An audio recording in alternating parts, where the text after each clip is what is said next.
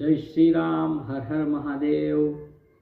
કેમ છો મારા ચાહકો, મિત્રો અને વડીલો? બધાને પહેલાં તો માફી માંગુ છું કે બહુ ટાઈમ પછી વિડીયો બનાવવાનો મોકો મળ્યો, કામમાં વ્યસ્તતાના કારણે। હવે તમારા વચ્ચે એટલા માટે અત્યારે આવ્યો છું કે આપણે મારું ફેસબુક એકાઉન્ટ અત્યારે થોડું ટ્રેન્ડમાં ચાલી રહ્યું છે એટલા માટે।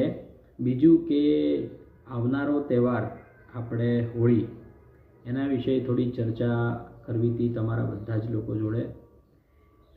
ચર્ચામાં એવું હતું કે આપણે શું પ્રકૃતિનું જતન કેવી રીતના કરી શકીએ, આપણે એનું થોડું વિચાર કરીએ।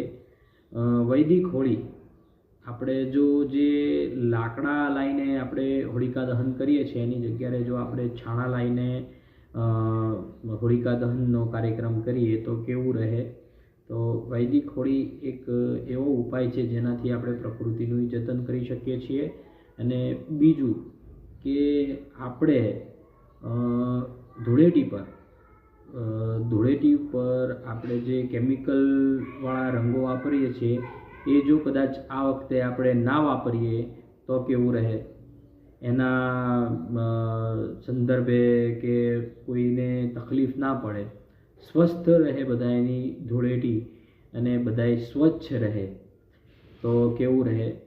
એ માટે જ બસ બધાના વચ્ચે આ વિડીયો મૂકવાનું હતું। થોડી આપણે આપણી રીતના જાતે જ આની ઉપર થોડું સંશોધન કરીએ અને થોડો વિચાર કરીએ કે ભાઈ આપણે કેવી રીતના પ્રકૃતિનું જતન કરી શકીએ, કેવી રીતના આપણે આપણી જે તહેવાર છે એને કેવી રીતના સારો બનાવી શકીએ। બસ એ જ અભ્યર્થના સાથે હું અત્યારે અહીંયા તમારા બધા વચ્ચેથી વિરામ લઉં છું।